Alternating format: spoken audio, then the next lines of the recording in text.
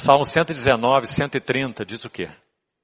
A revelação das tuas palavras dá luz, esclarece e dá entendimento ao simples.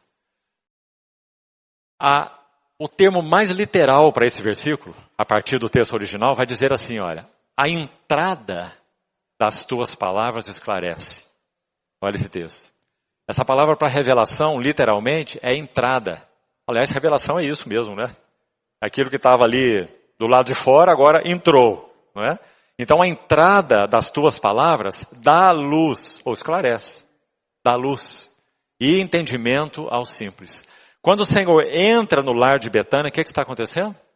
Ele é a palavra, o verbo que se fez carne e habitou entre nós, cheio de graça e de verdade. Quando ele entra naquele lar, o que acontece? A entrada das tuas palavras dá luz. Então o estado real e a condição do coração deles é exposto. Para quê? Para a vergonha deles? Para que o Senhor pudesse então fazer sua crítica sobre aquele lar? Nós sabemos que não, porque o Senhor nunca faz isso. Quando Ele expõe aquilo que nós somos ou que temos em nós mesmos, é para um propósito. Para nos curar. Para nos restaurar. Para nos transformar, como mesmo? De glória em glória. Você vê o porquê das visitações? Não basta uma. Porque é de glória em glória até quando? Até a sua própria imagem, que a sua própria imagem seja formada em nós. As palavras de Paulo em Gálatas 4,19. Meus filhinhos, vamos aplicar isso para Betânia. Nosso Senhor entrando lá na primeira visita. Meus filhinhos, Maria, Marta e Lázaro, por quem eu sofro dores de parto, até que eu mesmo seja formado em vocês. Até que Cristo seja formado em vós. Não é? Então esse é o primeiro propósito dessas visitações todas. Veja o segundo. Tão lindo, meus irmãos. Não apenas revelar o estado e condição do coração deles, mas compartilhar com eles a sua mente e o seu coração. Irmão, pense sobre isso. Nós não estamos falando de uma pessoa qualquer. Nós estamos falando daquele que é a imagem do Deus invisível. Aquele que é o resplendor da glória. A expressa imagem do ser de Deus. É dele que nós estamos falando.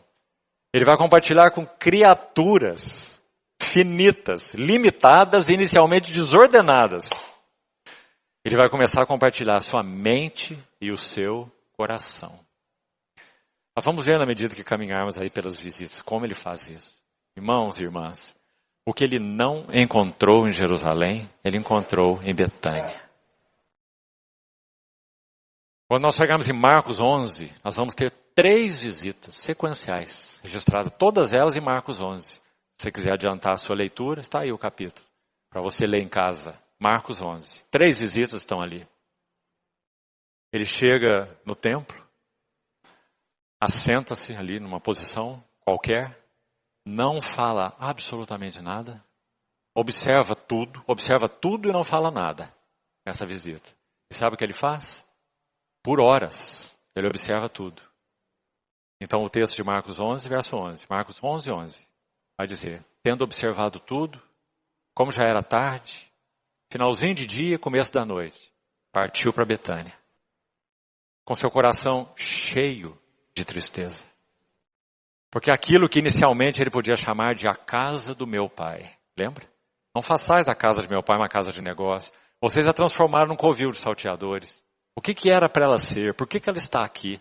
Ela perdeu completamente seu propósito. Não é isso que o Senhor está dizendo?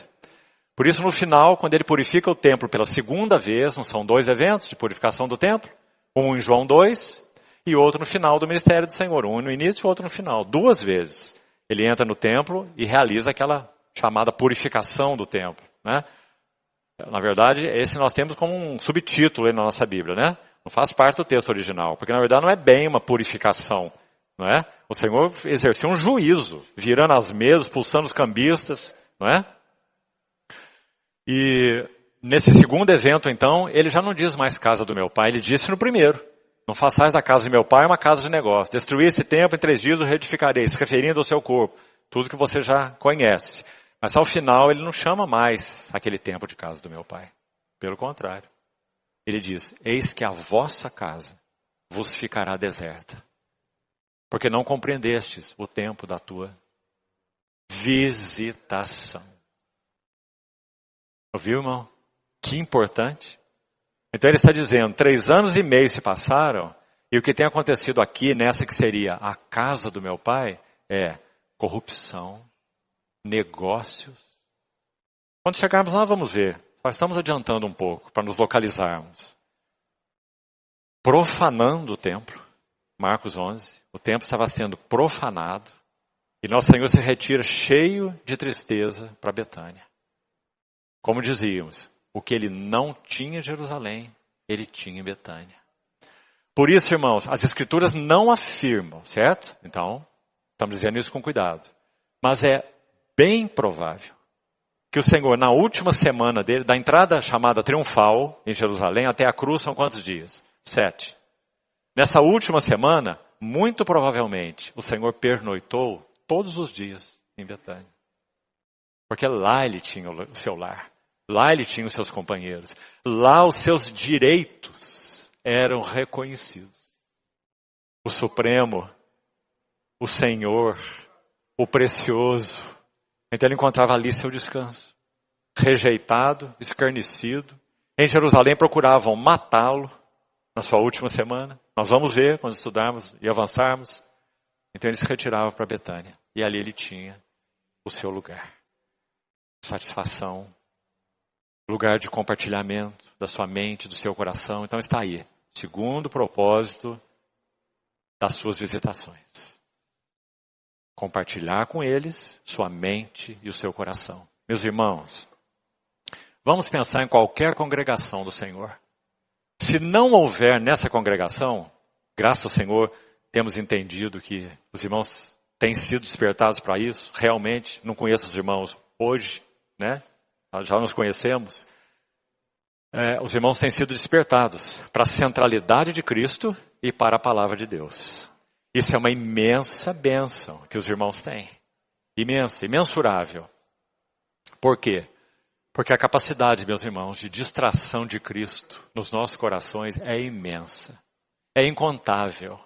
Coisas ocupando o lugar do próprio Cristo. E ele perdendo sua posição de centro. E quando isso acontece, meus irmãos, nunca o centro fica vazio. Se Cristo é tirado do centro, outra coisa tem que ocupar o centro. E essa coisa aqui é muita coisa que podiam citar aí, não é? Inclusive pessoas que se colocam no lugar dele. Ministerialismos, holofotes, ou coisas realmente, ocupando o lugar central que é dele. Então, aí está. Se isso for assim, ele não encontrará ambiente para compartilhar sua mente e o seu coração. Ele nos deu esse princípio. Quando ele disse assim, escute isso, não deis aos cães o que é santo, nem lanceis aos porcos as vossas pérolas. Você acha que o Senhor vai lançar pérolas dele nos colos que não o querem? Nos colos que o descentralizaram? Nunca. Então, em Betânia, ele encontrou um lugar onde ele poderia compartilhar sua mente e o seu coração. Ele não fez isso com nenhum sacerdote naquele tempo, com nenhuma autoridade, com nenhum escriba, com nenhum fariseu, com nenhum intérprete da lei, com nenhum saduceu, com ninguém. Não é? Terceiro propósito. Propósito triplo em cada visita. Já citamos. Prepará-los para a próxima visita. Porque o propósito de cada visita é abrir espaço para que ele seja melhor conhecido, mais amado. Há uma oração de um irmão que viveu antes da reforma. Importante citar isso. Ele é do século XIII. Você vê que o Senhor nunca ficou sem testemunho, não é? Ele é chamado Ricardo, de uma cidade do Reino Unido chamada Chichester. Esse irmão. Ele orou assim. Meu Senhor, 3 coisas te peço. Ó meu Deus, 3 coisas eu te peço. Não mas negues antes que eu morra. ver-te com mais clareza, amar-te com mais ternura e seguir-te mais de perto. Pense sobre isso, irmão. Faça disso também a sua oração. Ver-te com mais clareza, amar-te com mais ternura e seguir-te mais de perto. Então, quando o Senhor encontra esse ambiente entre nós, então Ele pode compartilhar sua mente, seu coração. Porque é isso que Ele quer. Irmãos, nosso Senhor quer entre nós, irmãos e irmãs, que sejam companheiros dos seus encargos. Será que se eu colocar dessa forma, você vai me compreender sem deturpar o que eu vou dizer? Então tente, pelo menos. O Senhor não está em busca de pregadores, de grandes santos.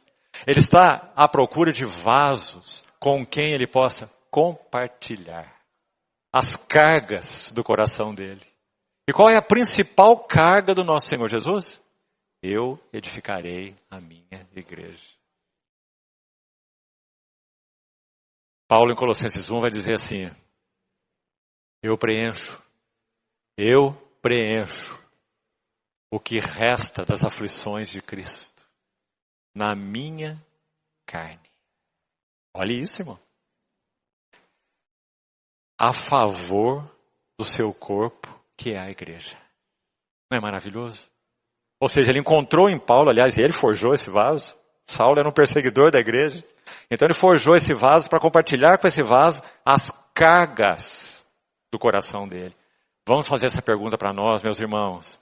Nós somos filhos de Deus, filhos e filhas, justificados. Sabemos que estamos salvos, que Ele já nos deu vida eterna, que ninguém nos arrebatará da mão dEle. Louvado seja o Senhor por tudo isso. Mas basta, irmão? Não. O Senhor nos chamou para sermos seus companheiros das intenções, dos interesses, das cargas do seu coração. Mas será que temos colocado em condições para isso? É a pergunta que fica para nós. Que o Senhor ganhe mais espaço em nós.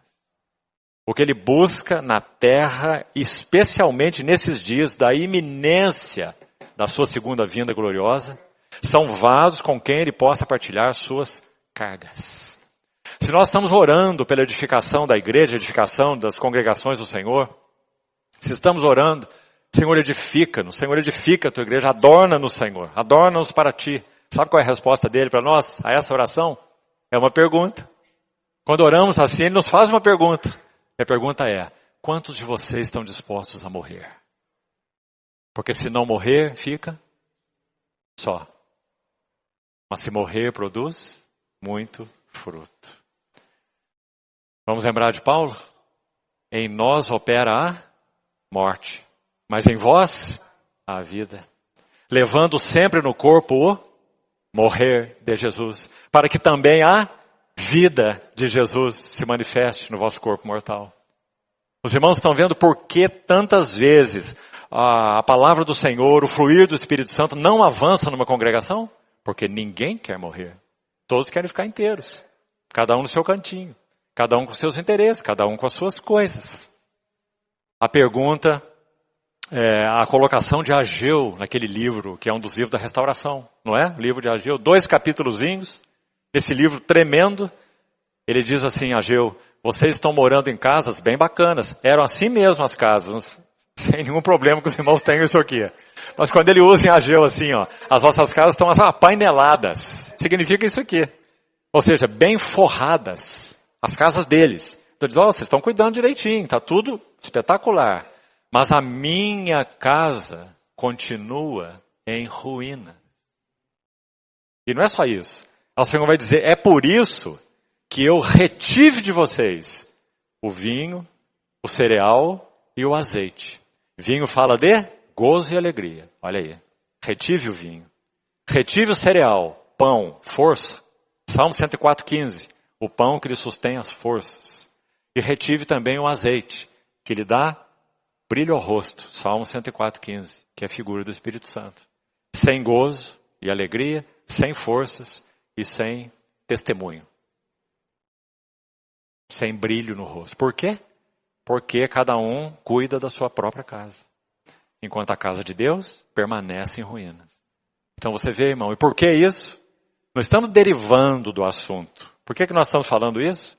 Porque o Senhor quer compartilhar com os seus as cargas do seu coração pela sua casa, que vai além das nossas próprias casas. Não é verdade? Então, aí estão os 3 propósitos.